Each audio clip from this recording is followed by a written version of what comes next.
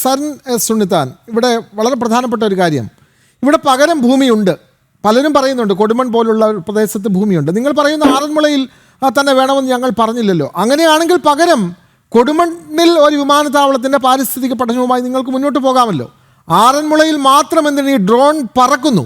കൊടുമണ്ണിൽ കൂടി ഈ ഡ്രോൺ പറക്കാമല്ലോ. അത് സ്വകാര്യ വ്യക്തി അല്ലല്ലോ നടത്തേണ്ടത്. ഇത്തരം വിമാനത്താവളങ്ങളോ അല്ലെങ്കിൽ ഇത്തരം വികസന പദ്ധതികളോ കൊണ്ടുവരുന്നതിന് ഈ എബ്രഹാം കലമണ്ണിൽ ആരും അനുമതി നൽകിയിട്ടില്ല. അദ്ദേഹമല്ലല്ലോ ഇത്തരം പഠനങ്ങൾ നടത്തേണ്ടത്, സർക്കാരല്ലേ.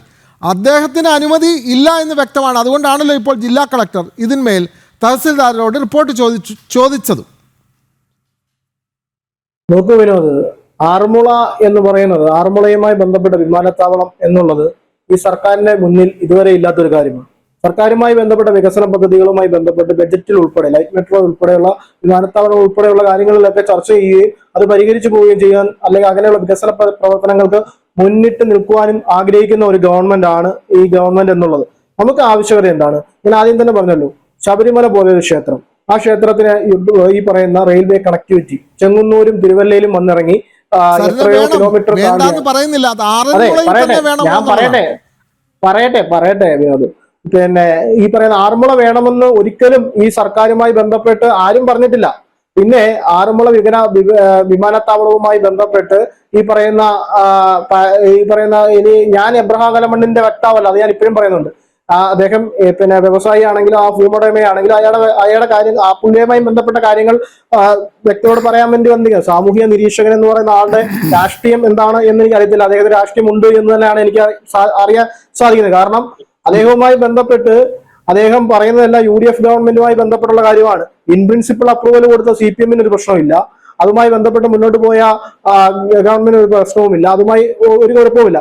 പിന്നീട് വന്ന ഗവൺമെന്റ് അതുമായി ബന്ധപ്പെട്ട് വ്യവസായ മേഖലയായി പ്രഖ്യാപിച്ചു. അതാണ് അദ്ദേഹത്തിന്റെ ഏറ്റവും വലിയ പ്രശ്നം എന്ന് പറയുന്നത്. പക്ഷേ സുപ്രീം കോടതി വിധി അതുമായി ബന്ധപ്പെട്ട് വന്നു കഴിഞ്ഞാൽ അതുമായി ബന്ധപ്പെട്ട് യാതൊരു പ്രശ്നങ്ങളും ഇല്ലാതെ പോകുന്ന, അല്ലെങ്കിൽ അതുമായി ബന്ധപ്പെട്ട് ഈ ഗവൺമെന്റിന്, ഈ ആറന്മുള എയർപോർട്ടുമായി ബന്ധപ്പെട്ട് ഈ ഗവൺമെന്റിന് എന്തെങ്കിലും മറച്ചു വെക്കാനോ ഒളിച്ചു വെക്കാനോ എന്തെങ്കിലും കാര്യങ്ങളുമായിട്ട് ഉണ്ടായിരുന്നെങ്കിൽ അതുമായി നമുക്ക് അങ്ങനെ സംസാരിക്കാമായിരുന്നു. പക്ഷേ ഈ ഗവൺമെന്റിന്റെ മുന്നിലുള്ളത് ആറന്മുള എയർപോർട്ടുമായി ബന്ധപ്പെട്ട് യാതൊരു വിധത്തിലും, ആ എയർപോർട്ടുമായി ബന്ധപ്പെട്ട് യാതൊരു വിധത്തിലുമുള്ള കാര്യങ്ങളുമായി ഇപ്പോൾ ഈ നിമിഷം വരെ ഈ ഗവൺമെന്റുമായി ബന്ധപ്പെട്ട് ഒന്നുമില്ല.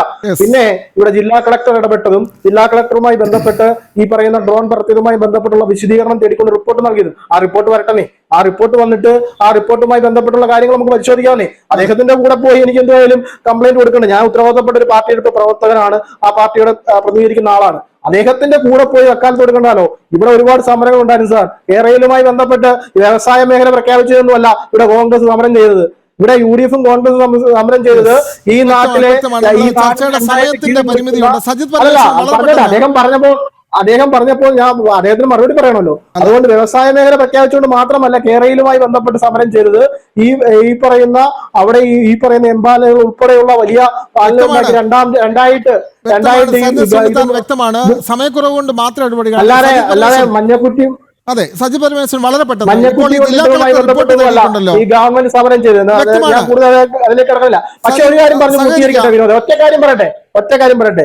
ഈ നെടുമ്പാശ്ശേരി വിമാനത്താവളം വന്നപ്പോ അതുമായി ബന്ധപ്പെട്ട് വലിയ സമരം നടത്തി എന്റെ നെഞ്ചത്തൂടെ കയറി ഈ വിമാനം പറക്കൂ എന്ന് പറഞ്ഞ ശർമ്മയുടെ നാടാണ്, CPMന്റെ നാടാണ്. അതുപോലെ വികസന പ്രവർത്തകർ കമ്പ്യൂട്ടർ വന്നപ്പോഴും ഇപ്പൊ അഡ്വക്കേറ്റ് സതീഷ് എന്ന് പറയുന്നത് ഞങ്ങൾ വികസനവുമായി ബന്ധപ്പെട്ട് മുന്നോട്ട് പോകുന്നവരാണ് എന്നൊക്കെ പറയുന്ന വലിയ വികസനത്തിന് വക്താക്കളാകുന്നുണ്ട്. കമ്പ്യൂട്ടർ വന്നപ്പോഴും ഈ പറയുന്ന കൊയ്ത്ത് മിഷൻ